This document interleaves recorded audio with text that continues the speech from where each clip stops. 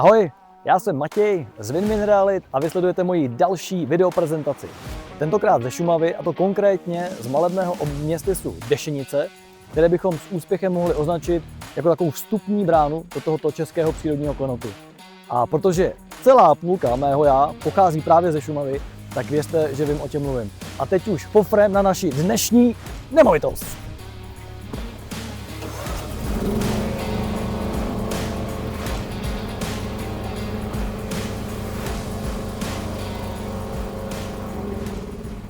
Tak nějak se mi vkrádá do úst označit tuto nemovitost jako chalupu, protože se mi právě tento název sem na Šumavu do přírody tak nějak hodí více. Ale pravdou je, že srdcem a základem této nemovitosti je bytelně postavený zcela nový cihlový dům z roku 2017 se stěnami tak tlustými, že ani nemusíte dodatečně zateplit.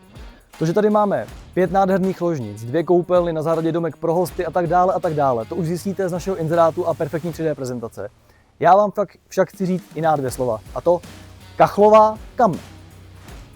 Ano, důmyslně řešená kachlová kamna od mistra kamnáře pana Janouška jsou dominantou této nemovitosti a právě tyto kamna jí propůjčují jedinečnost a originalitu.